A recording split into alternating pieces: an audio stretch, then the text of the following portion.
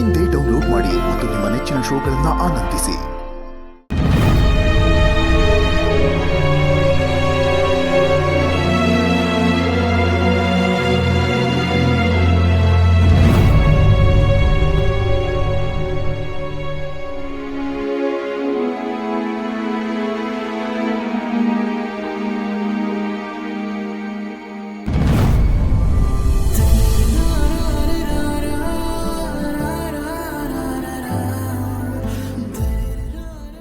ಇಷ್ಟೆಲ್ಲ ಮುಂದುವರೆದ ಮೇಲೂ ಕರ್ಣ ಸರು ನನ್ನವರಾಗ್ತಾರೆ, ವಾಪಸ್ ನನಗೆ ಸಿಗ್ತಾರೆ ಅಂತ ಕನ್ಸು ಕಾಣೋದು ತಪ್ಪು.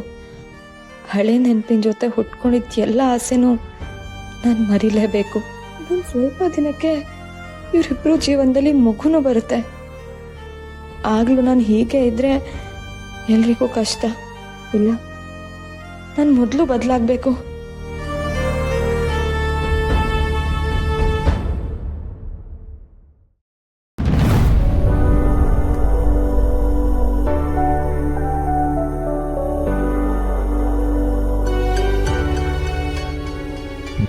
ನಾನು ಹೇಳಿರೋ ಯಾವ ಮಾತಿನ ಕಿವಿಗೆ ತಲುಪಿಲ್ಲ ಅಲ್ವಾ?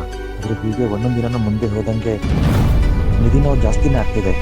ಅವ್ರನ್ನ ಹೇಗೆ ಸಮಾಧಾನ ಮಾಡಲಿ?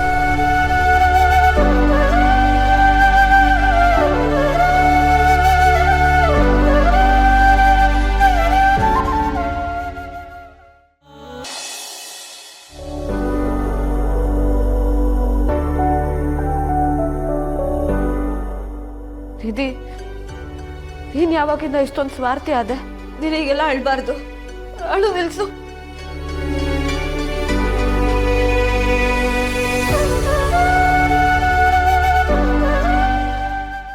ಪಾಲಿಗೆ ಅಮ್ಮ ಆಗಿದ್ದ ಅಕ್ಕ ಈಗ ನಿಜವಾಗ್ಲೂ ಅಮ್ಮ ಆಗ್ತಿದ್ದಾಳೆ ಅಂದ್ರೆ ನಾನು ಖುಷಿ ಪಡ್ಬೇಕು ಅಲ್ವಾ? ನಾನು ಯಾಕೆ ಅಳ್ತಾ ಇದ್ದೀನಿ? ನಾನು ಯಾಕೆ ಹೀಗೆ ಆಡ್ತಿದ್ದೀನಿ? ಇದೇ ನೀನ್ ನಗ್ಬೇಕು ಕಡೆ. ಹೀಗೆ ಅಳ್ತಾ ಕೂತ್ರೆ ಅಕ್ಕನ ಬಗ್ಗೆ ಹೊಟ್ಟೆ ಕಿಚ್ಪಟ್ಟಂಗಾಗಲ್ವಾ? ನೋಡು, ನಗು ನಗು ನಗು ನಗು.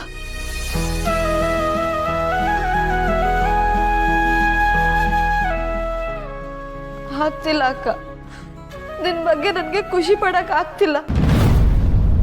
ನನಗೆ ಯಾಕೆ ಹೀಗಾಗ್ತಿದೆ? ಅಯ್ಯೋ, ಎಲ್ರ ಮನೆ ದೋಸೆನೂ ತೂತೆ ಕಣೆ. ಕೆಲವ್ರ ಮನೆಯಲ್ಲಿ ಕಾವಲಿನೇ ತೂತಾಗ್ಬಿಟ್ಟಿರುತ್ತೆ. ಅಯ್ಯೋ, ಸುಮತಿ ಆಂಟಿ ಈ ಕಡೆನೇ ಬರ್ತಾ ಇದ್ದಾರೆ ಅನ್ಸುತ್ತೆ.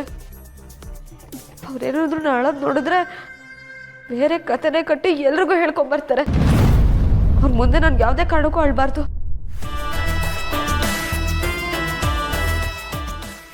ಆಮೇಲೆ ಟ್ವಿಸ್ಟ್ ಏನ್ ಗೊತ್ತಾ? ಅದೇ ಆ ಐನತಿ ಇದ್ದಾಳಲ್ಲ, ಅವಳು ನೇರವಾಗಿ ಹೋಗಿ ಅವನ ಹತ್ರ ಹೇಳೇ ಬಿಟ್ಲಂತೆ, ನನ್ನ ಹೋಟೆಲ್ ಬೆಳೀತಾ ಇರೋದು ನಿಂದೇ ಮಗು ಅಂತ. ಅವನು ಹೆದರ್ಕೊಂಡು ಒಪ್ಕೊಂಡ್ಬಿಟ್ನಂತೆ. ಆಮೇಲೆ ಮಜಾ ಏನ್ ಗೊತ್ತಾ? ನೆಕ್ಸ್ಟ್ ಡೇ ವಿಷಯ ಗೊತ್ತಾಗಿದೆ. ಆ ಐನಾತಿಗೆ 5 ತಿಂಗಳು ಕಣೆ ಈಗ. ಆದ್ರೆ ಅವ್ರಿಬ್ರಿಗೂ ಪರಿಚಯ ಆಗಿ ಬರೀ 3 ತಿಂಗಳಂತೆ. ನೋಡು ಹೆಂಗಾಗೋಯ್ತಲ್ವಾ ಕಾಲ. ಆದ್ರೂ ಎಂತೆಂಥ ಜನ ಇರ್ತಾರೆ ಅಲ್ವಾ? ನಾವೆಲ್ಲರೂ ಅನ್ಕೋತೀವಿ ಸೀರಿಯಲ್ ನೋಡಿ ಜನ ಹಾಳಾಗ್ತಾರೆ ಅಂತ. ಆಕ್ಚುಲಿ ಆ ಸೀರಿಯಲ್ ಬರೋ ರೇಟ್ ಇರ್ತಾನೆ ಗೊತ್ತಾ? ನಮ್ಮ ಸುತ್ತಮುತ್ತ ಅಕ್ಕಪಕ್ಕ ನೋಡಿನೇ ಅವನು ಬರೆಯೋದು. ಅಯ್ಯೋ ಬಿಡು, ನಮ್ಗೆ ಯಾಕೆ ಬೇರೆಯವ್ರ ಸುದ್ದಿ? ಸರಿ, ಇದಿಷ್ಟು ಕತೆ ಹೇಳಿದ ಇವರು. ಆದ್ರೆ ಇದ್ರಲ್ಲಿರೋದು ಒಂಥರ ನಿಜಾನೇ ಅಲ್ವಾ?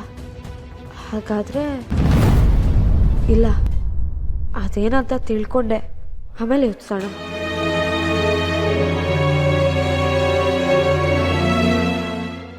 ಅಯ್ಯೋ ಹಂಗಲ್ಲ ಕಣೆ, ಸ್ವಲ್ಪ ಕೇಳಿಸ್ಕೊ.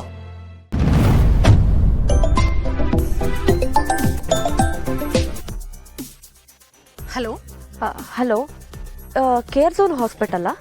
ಹೌದು, ಏನಾಗಬೇಕಿತ್ತು? ಅದು ನಿತ್ಯ ಅನ್ನೋ ಪೇಷಂಟು ನಿಮ್ಮ ಹತ್ರ ಚೆಕಪ್ಗೆ ಬಂದಿದ್ರಲ್ಲ? ಹೌದು, ಬಂದಿದ್ರು. ಅವ್ರ ತಂಗಿ ನಾನು. ನಂಗೊಂದು ಹೆಲ್ಪ್ ಮಾಡ್ಬೋದಾ? ಚೇಚೆ ಹೇಳಿ, ಅದು ನಮ್ಮ ಕರ್ತವ್ಯ. ಏನು ವಿಷಯ? ಅಕ್ಕನೊಂದಷ್ಟು ರಿಪೋರ್ಟ್ಸ್ ಚೆಕ್ ಮಾಡ್ತಿದೆ.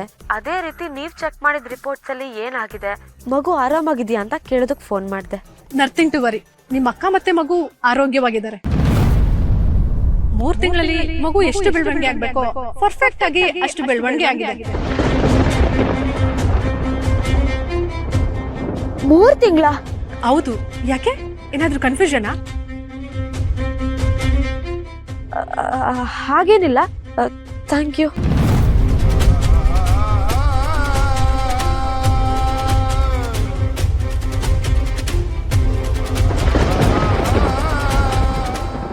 ಮೂರ್ ತಿಂಗಳಲ್ಲಿ ಮಗು ಎಷ್ಟು ಬೆಳವಣಿಗೆ ಆಗ್ಬೇಕು, ಪರ್ಫೆಕ್ಟ್ ಆಗಿ ಅಷ್ಟು ಬೆಳವಣಿಗೆ ಆಗಿದೆ.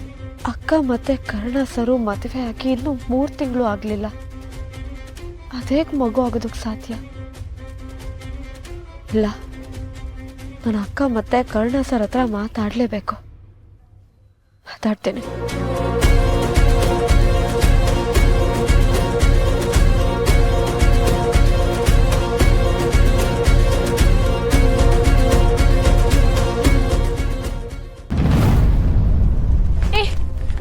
ನಿಧಿ ಎಲ್ಲ ಕರ್ಕೊಂಡು ಹೋಗ್ತಿದ್ಯಾ? ಏನಾಯ್ತೆ?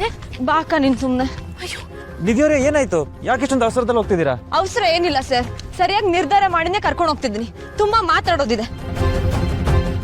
ನಿಧಿ ಒಳಗೆ ಮಾತಾಡ್ಬೋದಿತ್ತಲ್ಲ?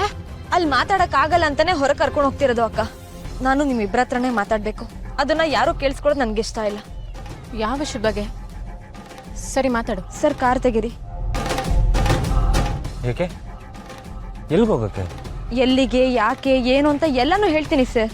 ಮೊದಲು ನೀವು ಕಾರ್ ತೆಗೀರಿ. ನಿಧಿ ಯಾಕೆ ವಿಚಿತ್ರವಾಗಿ ಆಡ್ತಿದ್ಯಲ್ಲ? ನೀನ್ ಯಾವತ್ತೂ ಹೀಗೆಲ್ಲ ಆಡ್ದವಳಲ್ಲ. ಏನಾಗಿದ್ಯಾ ನಿನ್ಗೆ? ನನಗೇನಾಗಿದೆ ಅನ್ನೋದನ್ನ ನನಗ್ ನಾನೇ ಸುಮಾರು ಸಲ ಪ್ರಶ್ನೆ ಮಾಡ್ಕೊಂಡಿದ್ದೀನಿ ಅಕ್ಕ. ಇವಾಗ ಅದ್ರ ಬಗ್ಗೆ ಯಾಕೆ ಮಾತು? ಮೊದಲು ನಾವಿಲ್ಲಿಂದ ಹೋಗೋಣ, ಬನ್ನಿ. ಸರ್, ಗಾಡಿ ತೆಗೀರಿ ಪ್ಲೀಸ್. ಅವಳು ಯಾವ ವಿಷಯದ ಬಗ್ಗೆ ಮಾತಾಡ್ಬೇಕು ಅಂತಿದ್ದಾಳೆ ಅಂತ ನಿಮ್ಗೆ ಐಡಿಯಾ ಇದೆಯಾ? ನನಗೂ ಗೊತ್ತಿಲ್ಲ ಅವ್ರು ಯಾಕೆ ಹೀಗೆ ಆಡ್ತಿದ್ದಾರೆ ಅಂತ. ನೋಡೋಣ ಬನ್ನಿ. ಸತ್ಯದ ಜೊತೆ ಕಣ್ಣ ಮುಚ್ಚಾಳೆ ಆಟ ಆಡಿದ್ರೆ ನಾವೇ ಕಳ್ದೋಗ್ತೀವಿ ಅಕ್ಕ. ಇವತ್ತು ಅದೇನಾದ್ರೂ ಸರಿ, ನಾನು ಎಂಥದೇ ಹೆಜ್ಜೆ ಇಡಬೇಕು ಅಂದ್ರೂ ಸರಿ, ಸತ್ಯ ಏನಂತ ತಿಳ್ಕೊಂಡೇ ತಿಳ್ಕೊಳ್ತೀನಿ.